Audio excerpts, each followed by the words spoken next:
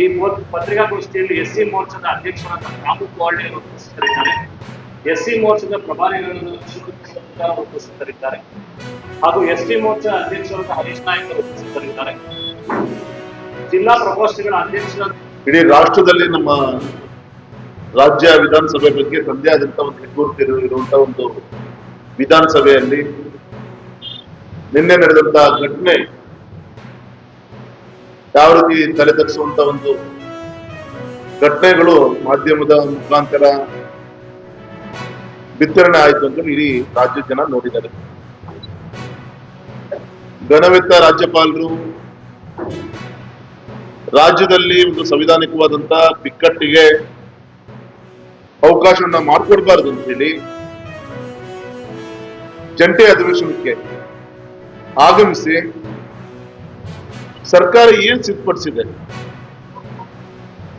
ಆ 2 ಸಾಲುಗಳನ್ನ ಓದಿ ಹಿಂದಿಂದ ನಡೆದು ಬಂದಂತ ಒಂದು ಸಂಪ್ರದಾಯಕ್ಕೆ ಕೊರತೆ ಆಗದ ರೀತಿಯಲ್ಲಿ ನಡೆದುಕೊಂಡಿದ್ದು ತಾವೆಲ್ಲರೂ ಕೂಡ ನೋಡಿದಿರಿ. ಆದ್ರೆ ಭಾಷಣವನ್ನ ಮುಗಿಸ್ಕೊಂಡು ಅವರು ಹೊರಗಡೆ ಬರಬೇಕಾದಾಗ ಕಾಂಗ್ರೆಸ್ಸಿನ ಕೆಲವು ಶಾಸಕರು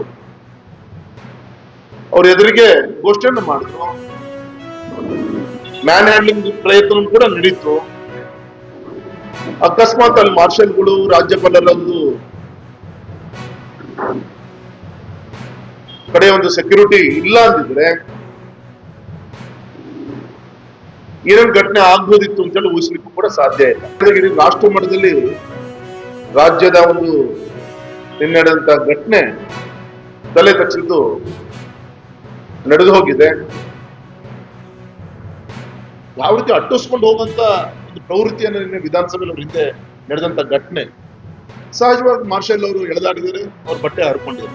ಅದನ್ನು ಕೂಡ ಬಿಜೆಪಿಯ ಶಾಸಕರು ಹರಿದ್ರು ಅಂತ ಹೇಳಿ ಸುಳ್ಳು ಪ್ರಚಾರ. ಹಾಗಾಗಿ ಇನ್ನ ನಮ್ದೇ ಒಂದು ವಿಧಾನಸಭೆಗೆ ತಮ್ಮದೇ ಆದಂತ ಒಂದು ಗೌರವ ಇದೆ. ಈ ರೀತಿಯಂತ ಘಟನೆಗಳು ಮರಕಳಿಸುವ ರೀತಿಯಲ್ಲಿ ನೀವೇ ಕರೆದಂತ ಅಧಿವೇಶನ 1 ವಾರ ಅಧಿವೇಶನ ಕರೆದಿರಿ, ಸಂತೋಷ, ಚರ್ಚೆ ಮಾಡಿ. ಆಡಳಿತ ಪಕ್ಷ ವಿರೋಧ ಪಕ್ಷಗಳು ಸಮಯ ಹಂಚಿಕೊಂಡು ಪ್ಲಸ್ ಮೈನಸ್ ಚರ್ಚೆ ಮಾಡಿ. ಮೈನಸ್ ಇಲ್ಲೇ ಇಲ್ಲ, ಎಲ್ಲದೂ ಪ್ಲಸ್ಸೇ. ಪಾಪ ಅವರಿಗೆಲ್ಲದೂ ಕೂಡ ಮೈನಸ್ ಕಾಣ್ತಾ ಇದೆ. ಯಾವುದು ಕೂಡ ಗೌರವಂತ ಮುಖ್ಯಮಂತ್ರಿಗಳೇ ನಿಮ್ ಸರ್ಕಾರಕ್ಕೆ ಶೋಭೆ ತರುವಂತ ಅಲ್ಲ.